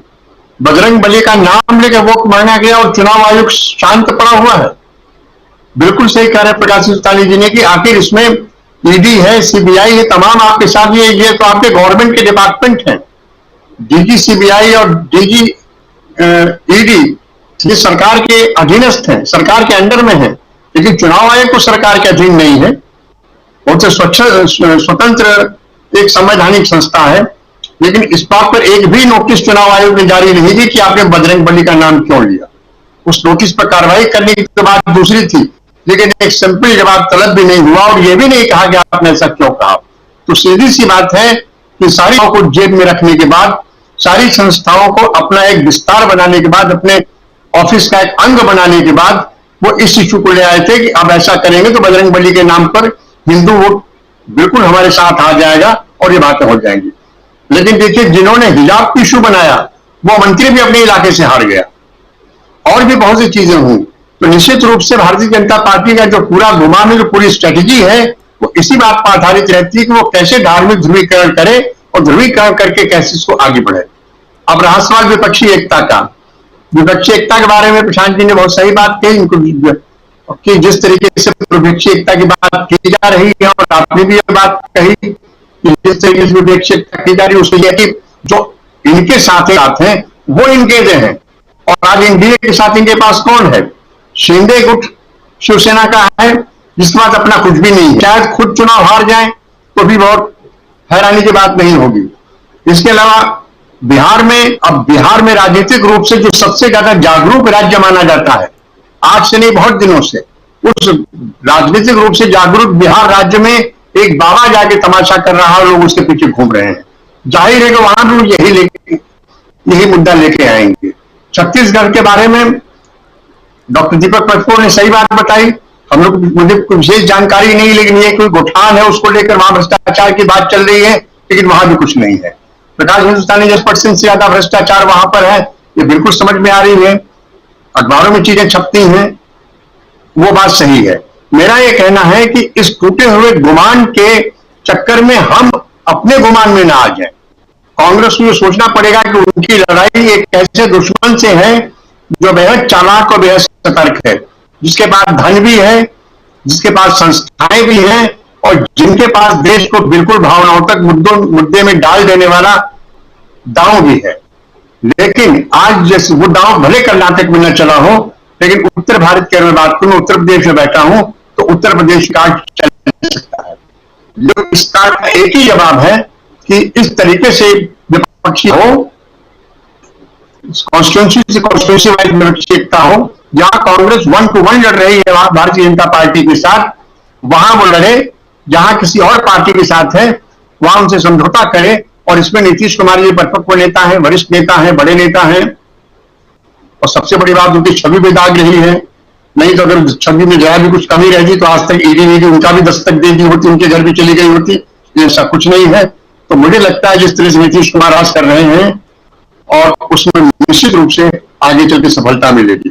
मैं मनोज झा साहब जो राष्ट्रीय जनता दल के एमपी है, उनका एक प्रोग्राम सुनता, उन्होंने ये कहा कि वो सिर्फ 4 राज्य की बात करते हैं। वो कह रहे थे झारखंड, बिहार, बंगाल, महाराष्ट्र, 4 राज्य ऐसे हैं जो कि बीजेपी को भारी शिकस्त दे सकते हैं, जहां से बीजेपी पार्टी को उम्मीद नहीं कर पा रही है।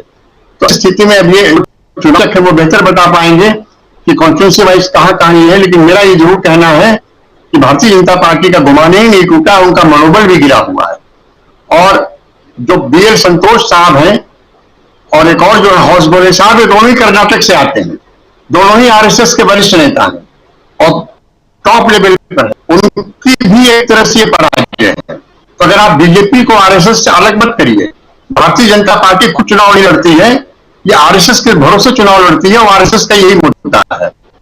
तो निश्चित रूप से कर्नाटक के चुनाव का असर इनके गुमान पर पड़ा है, और इनका गुमान टूटा है और आगे टूटेगा। जी जी बिल्कुल बिल्कुल, आना चाहता हूँ मीनू जी आपके पास, फिर आता हूँ अमलेंदु उपाध्याय जी आपके पास। मीनू जी, क्या कर्नाटक ने या कहें तो कर्नाटक से कांग्रेस ने टेक ऑफ कर लिया है?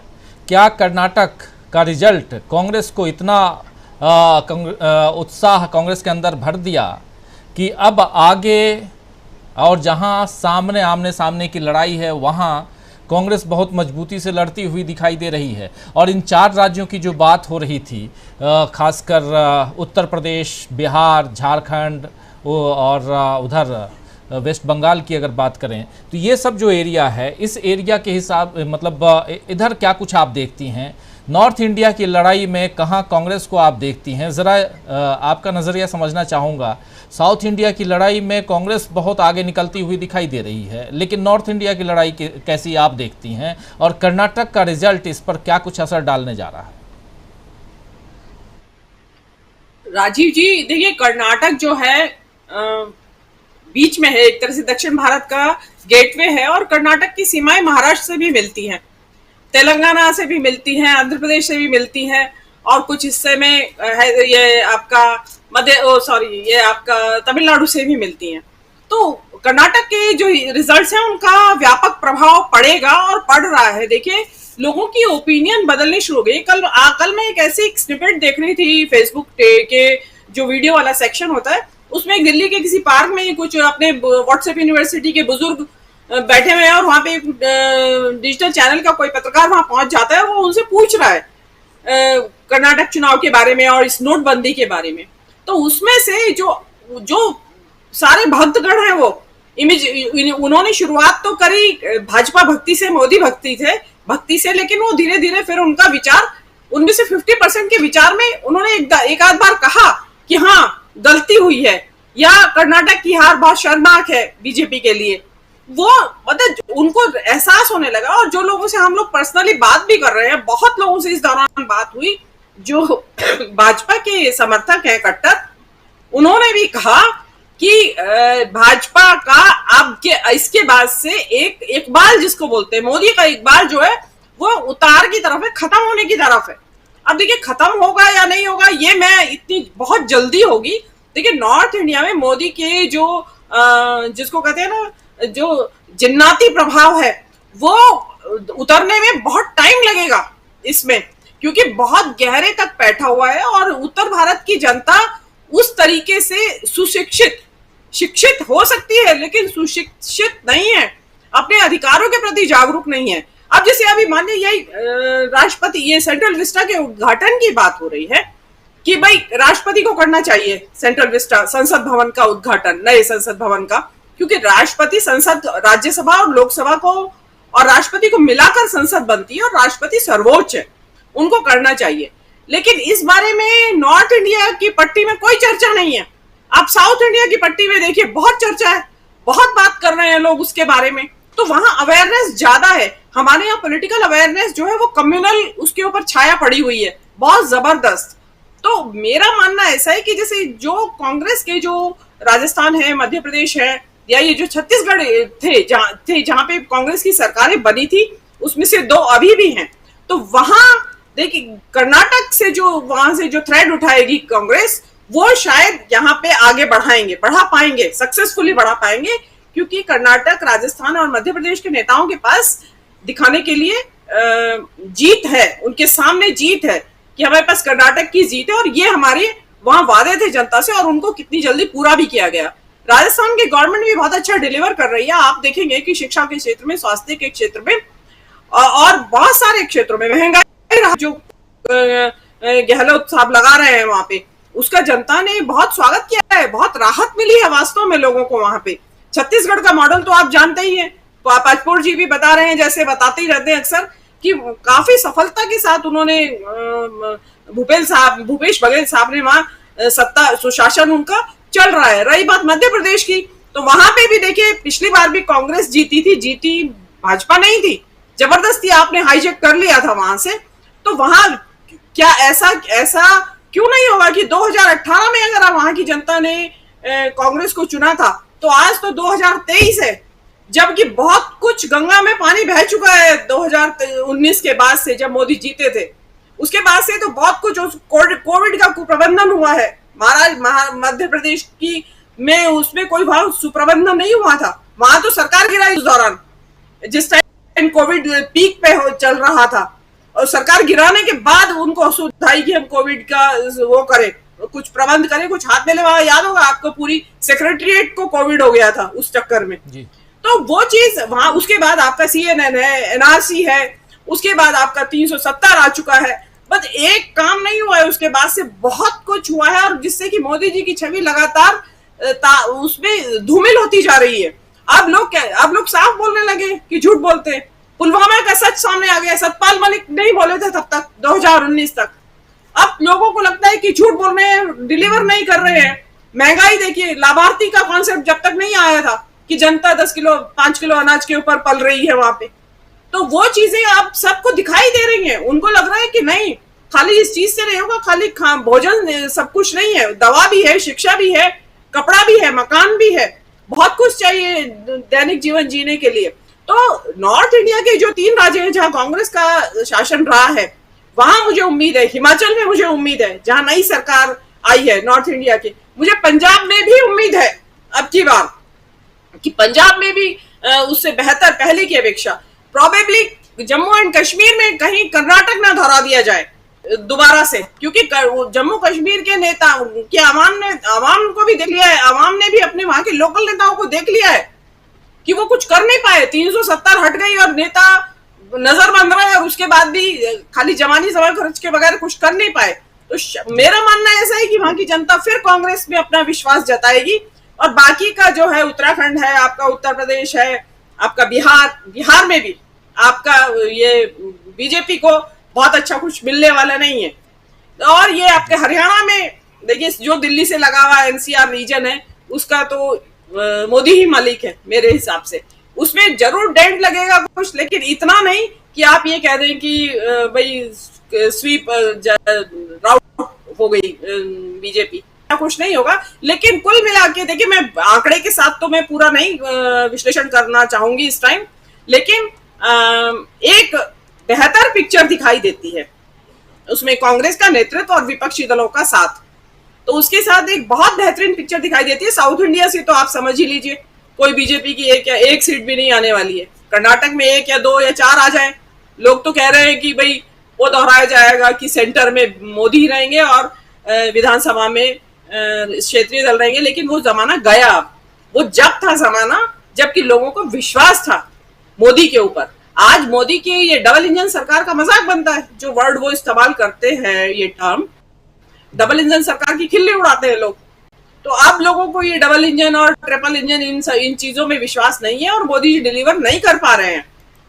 तो ये उसमें मैं मानती हूं कि भाजपा की सीटों में तो ड्रास्टिक कटौती होने वाली है इस बार। जी राजीव जी, कटौती होने वाली है, लेकिन क्या अमलेंदु उपाध्याय जी, 2024 का चुनाव जो है उसको कर्नाटक के चुनाव ने बीजेपी के लिहाज से बहुत मुश्किल बना दिया है, ये माना जाए।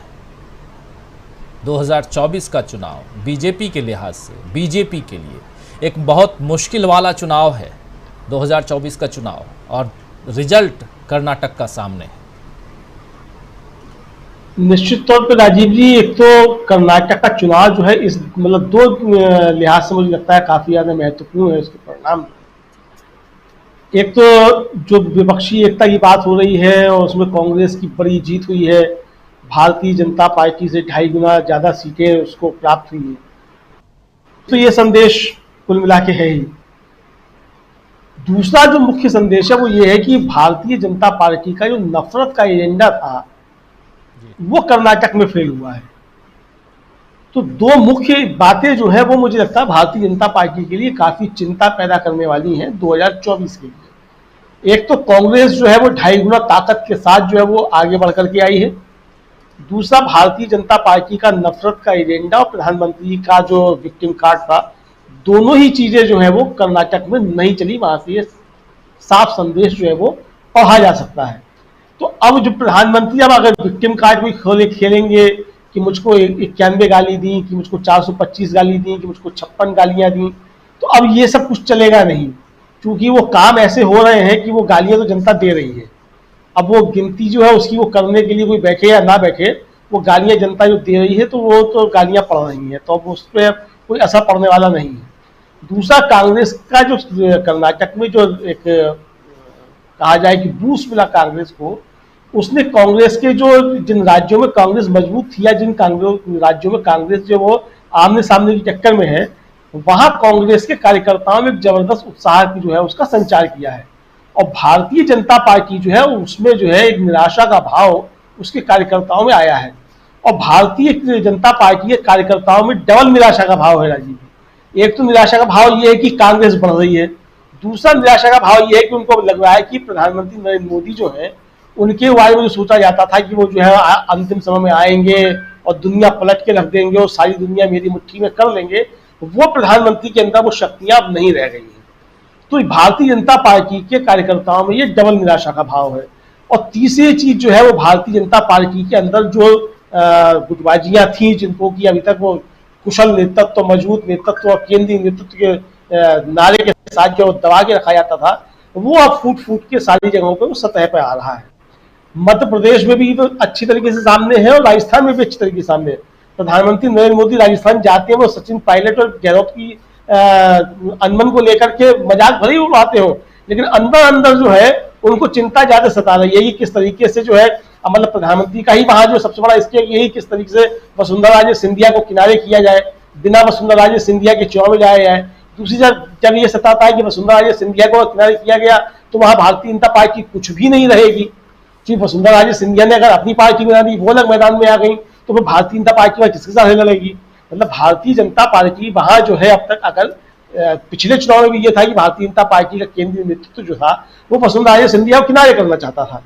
तो अब 5 साल निकल चुके, अगर आपको ये करना ही था तो इन 5 सालों में आपने वहां वसुंधरा राजे सिंधिया का कोई विकल्प तैयार किया होता, वो आप वहां तैयार नहीं कर पाए। तो ये भारतीय जनता पार्टी के सामने दिक्कत है। तो मुझे लगता है कि जो उत्तर भारत या हिंदी पट्टी की जो बात की जा रही है, यहां भी कांग्रेस जो मजबूती के साथ भारतीय जनता पार्टी को टक्कर देने की स्थिति में है। अब इन राज्यों के चुनाव होंगे, उसमें भी उसका जो परफॉर्मेंस है वो भी काफी कुछ निर्भर करेगा। राजीव जी, जब देश आजाद हुआ तो बलबीर सिंह रंगे बड़े कवि थे, उन्होंने उस समय 2 कविता लिखी, उसकी जो शीर्षक था वो ये था कि ओ विप्लव के थके साथियों, विजय मिली विश्राम न समझो। तो ये संदेश जो आज कांग्रेस के लिए भी है कि कर्नाटक की विजय को जो है आप विश्राम में ना समझ लीजिएगा। जो संघर्ष आपने वहां किया, जिस तरीके से एकजुट होकर के सारे मतभेद भुला करके पूरी कांग्रेस एकजुट होकर के लड़ती रही, केंद्रीय नेतृत्व और जो राज्य का नेतृत्व था उसके बीच एक अच्छा समन्वय रहा, और मुद्दे जो थे उन मुद्दों से कांग्रेस वहां भटकी नहीं किसी भी तरीके से, जो मुद्दे उसने उठाए उन पर आखिर तक जमी रही। तो यही कंसिस्टेंसी अगर आने वाले विधानसभा चुनाव में देखने को मिलती है कांग्रेस के अंदर, तो आने वाले विधानसभा के चुनाव जो है वो भी कांग्रेस के हित में होंगे, और जो केंद्र की चुनाव होना है वो भी जो है वो कांग्रेस के पक्ष में बहुत बड़ी संख्या में होगा। तो मुझे लगता है कि सबसे बड़ी पार्टी, और या कह सकते हैं कि आप एक बहुत बड़ी पार्टी के रूप में कांग्रेस बन के उभर सकती है 2024 चुनाव में भी।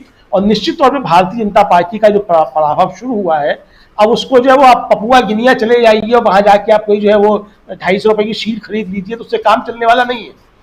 हमारे यहाँ मुरादाबाद हवा बनती है, शील बहुत सारी 250 रुपए की मिल जाती है, और थोक में तो 150 रुपए की मिल जाती है।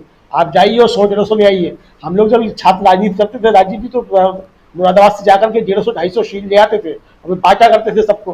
तो ऐसी पपुआ गिनी में बैठ रही है, शील लेके आ जा रहे हैं वहां से। तो पपुआ गिनिया की शील जो है वो पप्पू बनने के लिए तो आप हो सकती है, आप यहाँ के पप्पू किसको बनाएंगे? असली शील जो है वो ये जनता देती है। तो इस जनता की शील जो है वो आपके साथ काम नहीं कर रही है। वो शील दोनों तरीके की है। जो जनता की शील, जिसका हिंदी में अनुवाद कवच भी होता है, तो जनता कवच भी अब आपके साथ नहीं है, क्योंकि महंगाई की मार से टूटी हुई जनता, कोरोना के मिसमैनेजमेंट से टूटी हुई जनता, बेरोजगारी के दंश से टूटी हुई जनता, अब आपको किसी भी तरीके की कोई शील जो है वो प्रदान करने की स्थिति में नहीं है। तो इसलिए संघर्ष बहुत तगड़ा है। भारतीय जनता पार्टी को अपनी रणनीति पर पुनर्विचार करने की आवश्यकता है। जी, कोई पैर छू रहा है तो कोई ऑटोग्राफ मांग रहा है अमलेंदु जी, छोटी मोटी बात नहीं है। खैर, प्रशांत टंडन जी, ये पुलवामा को बिल्कुल पकड़ के बैठ गए हैं सत्यपाल मलिक जी, आखिर कारण क्या है? आप तो उनसे उनका इंटरव्यू लेके आए थे। ये सत्यपाल मलिक साहब क्या पुलवामा को छोड़ने वाले नहीं हैं क्या 2024 तक? नहीं, और मुझको लगता है कि वो पुलवामा इतना बड़ा हो जाएगा कि मुझे आश्चर्य नहीं होगा कि राजनाथ सिंह का इस्तीफा भी हो जाए, बलि का बकरा उनको बनाया जा सके। क्योंकि अब अगर सत्यपाल मलिक ने राजनाथ सिंह का नाम लिया है, जो उस वक्त गृह मंत्री थे, तो अब आप समझिए कि ये डिबेट अब एकदम दूसरी तरफ चली गई है।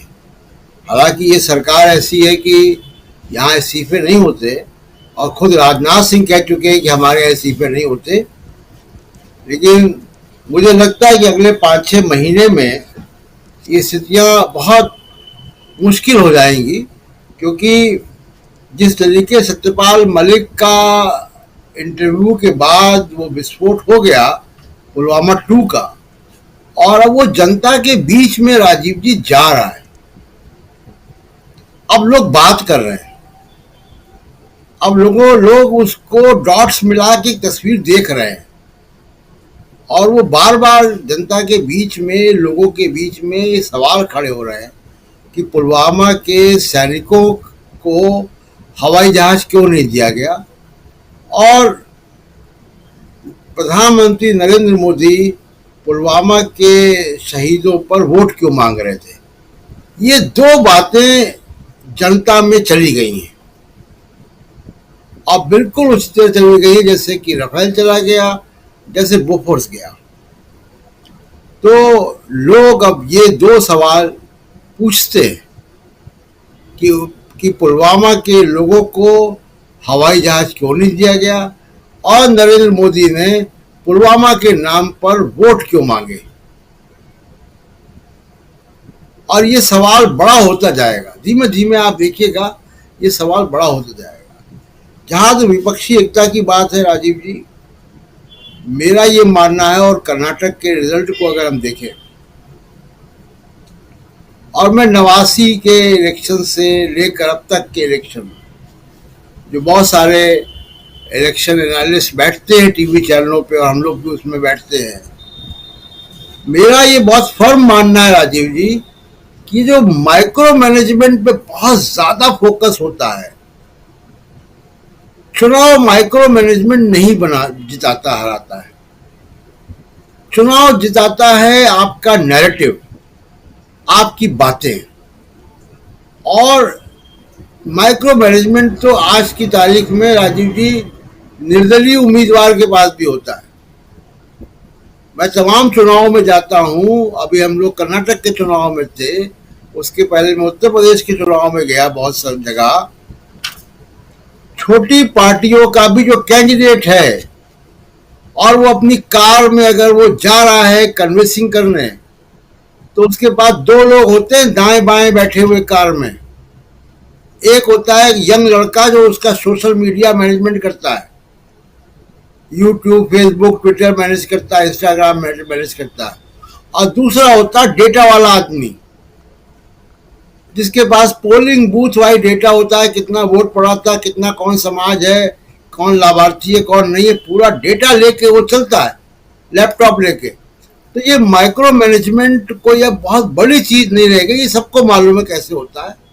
कुछ हजार रुपए में डेटा वेटा मिल जाता है आजकल सब जगह, और वो इलेक्शन कमीशन के डेटा को उस पर काम करके एक डेटा, क्लीन डेटा बना लेते हैं। ये पूरे देश में हो रहा है, तमाम एजेंसियां जो ये काम कर रही हैं। तो माइक्रो मैनेजमेंट पे बहुत फोकस नहीं होता है। चुनाव की हार जीत नैरेटिव पे तय होती है। आज की तारीख में लोग हमेशा एक बात कहते हैं राजीव जी, कितनी डिबेट में आपने भी सुना होगा, कांग्रेस के पास ग्राउंड मैनेजमेंट नहीं है, जमीन पे लोग नहीं है। तो और बीजेपी के पास ग्राउंड पे लोग हैं, एकदम पोलिंग बूथ तक, पन्ना प्रमुख। तो कर्नाटक में इतनी डिसाइसिव हार कैसे हो गई? अगर पन्ना प्रमुख चुनाव जिता सकता था, तो कर्नाटक में इतनी निर्णायक हार कैसे हो गई कि 11 या 13 मंत्री हार गए? तो इसलिए मैं कह रहा हूं कि नैरेटिव बहुत इंपॉर्टेंट है चुनाव में। अब नैरेटिव कौन दे रहा है? नरेंद्र मोदी और आरएसएस के खिलाफ नैरेटिव इस देश में एक ही आदमी दे रहा है, राहुल गांधी। और कांग्रेस को ये सोचना है कि राहुल गांधी का जो वैचारिक नैरेटिव है उसको वो जमीन पर कैसे ले जाएं। पहली बात कि उसके साथ आए, कन्विंस हो, अपने आप को कन्विंस करें, क्योंकि बहुत सारे कांग्रेस के नेता अभी कन्विंस नहीं है, मुझे लगता नहीं है। जिस भी कांग्रेस के नेताओं ने वो पीछे के रास्ते से पीएफआई और बजरंग दल का मैनिफेस्टो में कर्नाटक में पॉइंट घुसवाया था, वो राहुल गांधी के नैरेटिव से सहमत लोग नहीं हैं। क्योंकि जिन मुद्दों पर राहुल गांधी चुनाव लड़ना चाहता है उन मुद्दों पर नहीं लड़ रहे। वो कुछ और योजना के तहत गए थे, वहां पे कामयाब नहीं हुए, बात अलग है। तो पहली बात कि कांग्रेस के नेताओं को राहुल गांधी के नैरेटिव के साथ आना है, दिमाग लगाना है कि उसको कैसे जमीन पर ले जाए। आपका मुकाबला सिर्फ एक पॉलिटिकल पार्टी से नहीं है, आपका मुकाबला एक ऐसे नेता से है जिसके अंदर तानाशाही के वो दिखाई दे रहे, संकेत दिखाई दे रहे हैं, और वो बीजेपी से भी ऊपर है। आपका मुकाबला एक ऐसे निजाम से है जहां पे एक मीडिया का बड़ा हिस्सा आपके खिलाफ है। आपका मुकाबला ऐसे लोगों से है जहां पे आपको एजेंसीज जो है वो पॉलिटिकल पार्टी की तरह बिहेव कर रही हैं और अदालतों से राहत नहीं मिल रही है। सोचिए कितना मामूली केस है डिफेमेशन का। राजीव जी, मैं कई चैनलों का संपादक रहा हूं और आप भी संपादक हैं। डिफेमेशन के केसेस को कितनी आसानी से हम लोग डील करते हैं। अभी भी एक नोटिस आया हुआ है जिसका पता नहीं क्या हुआ। तो डिफेमेशन जैसे केस में जहां पे जो मीडिया हाउस है उसमें 5, 6, 7 डिफेमेशन केस हर सप्ताह आते हैं। ये भावना आहत जो है वो गैंग बहुत बड़ा है। तो डिफेमेशन जैसे मामूली केस में राहुल गांधी को अदालतों से राहत नहीं मिल रही है। आप समझिए कि योजना क्या है। ये कौन जज हैं, कैसी अदालतें हैं जो इतने छोटे केस में वो वेकेशन के बाद पहुंचा दिया उन्होंने। कहने का मतलब राजीव जी ये है कि ये बहुत ही एबनॉर्मल सिचुएशन है, ये सामान्य स्थिति नहीं है। और उस गैर सामान्य स्थिति के लिए कभी कभी मुझे लगता है कि कांग्रेस के नेता उतने जिम्मेदारी से तैयार नहीं है, या उसका असेसमेंट वो ठीक ढंग से नहीं कर रहे। क्योंकि मैं किसी से मिलता नहीं हूं, लेकिन मैं पब्लिक डोमेन में जो चीजें हैं उसी से मैं अंदाज लगाता हूं कि क्या होता है। तो मैं अपनी बात यहीं पे खत्म करूंगा कि नैरेटिव बहुत बड़ा होता है, चुनाव नैरेटिव जिताता है। विश्वनाथ प्रताप सिंह बगैर पार्टी के प्रधानमंत्री बन गए नैरेटिव के बल पे।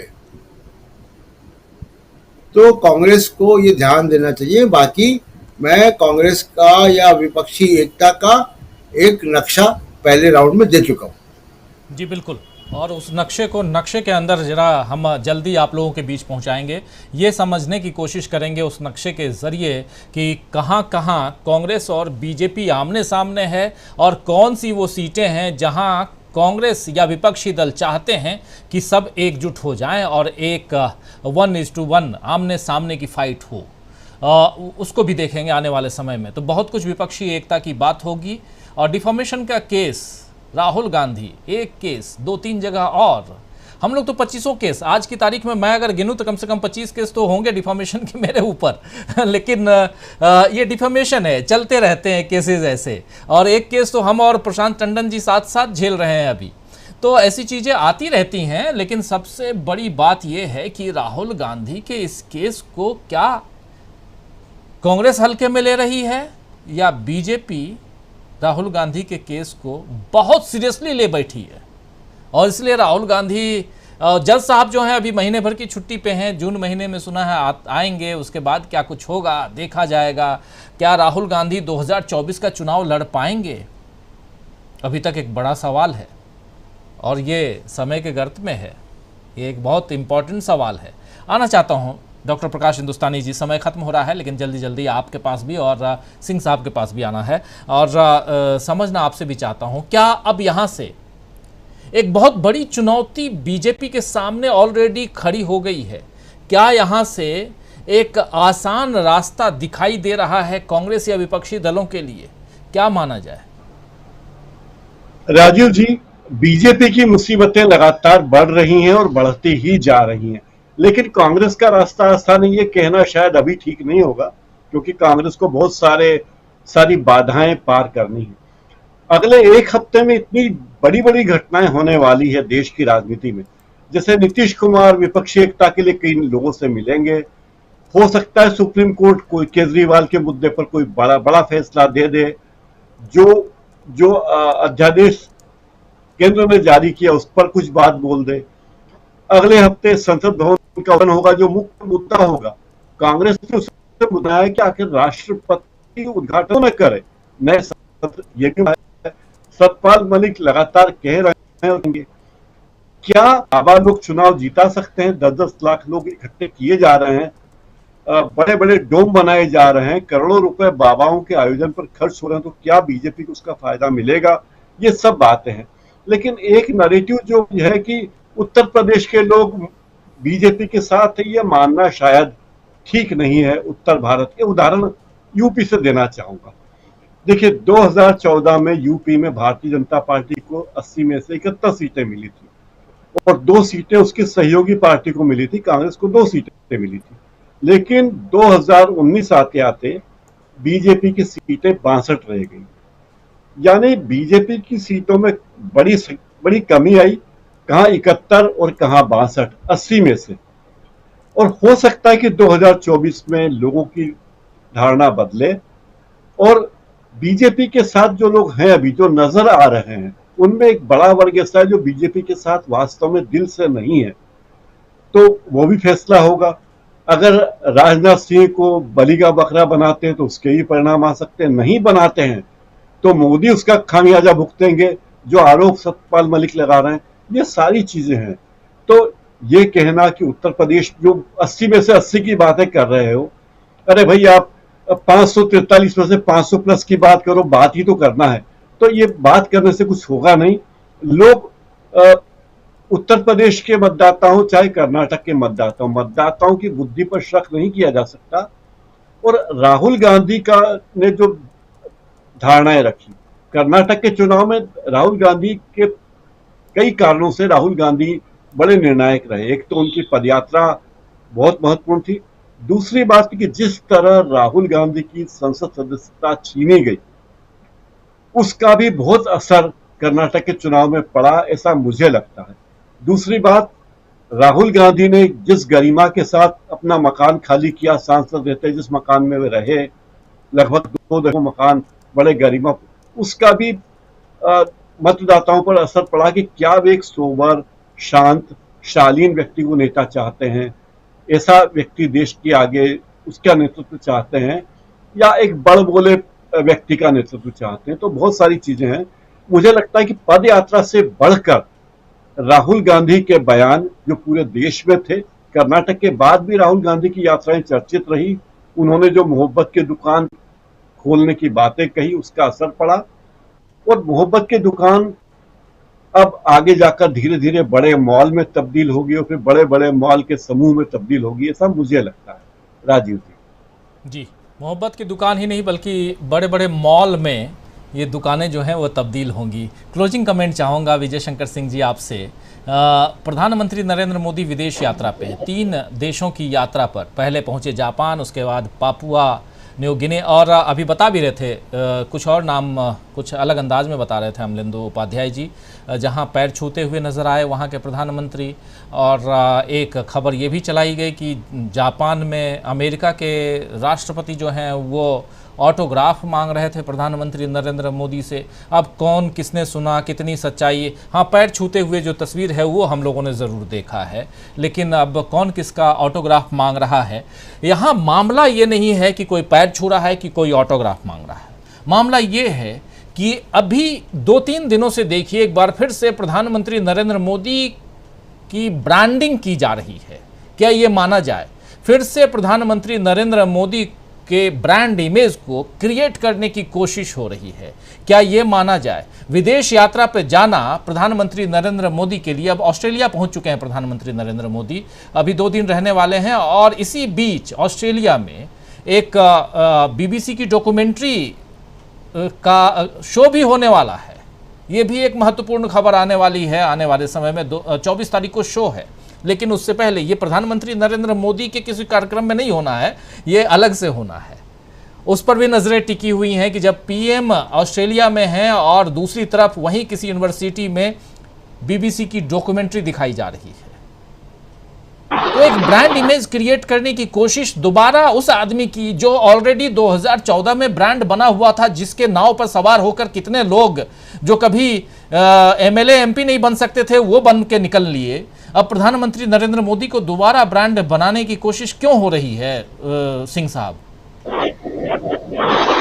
प्रधानमंत्री जी को दोबारा ब्रांड में लाने की या ब्रांड बनाने की कोशिश इसलिए हो रही है कि अब भारतीय जनता पार्टी के पास इस समय ऐसा कोई ब्रांड नहीं है जिसको वो आगे ला सके, और यदि कोई ऐसा ब्रांड लाते हैं तो भाजपा के अंदर ही ये टकराव होगा।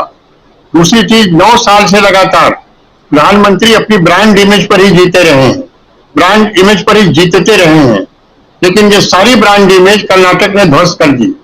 हालांकि भारतीय जनता पार्टी के पास प्रधानमंत्री जी के इन 9 सालों के कार्यकाल के दौरान ऐसा कुछ भी नहीं है जिससे कि वो एक उपलब्धि के रूप में गुनाएं।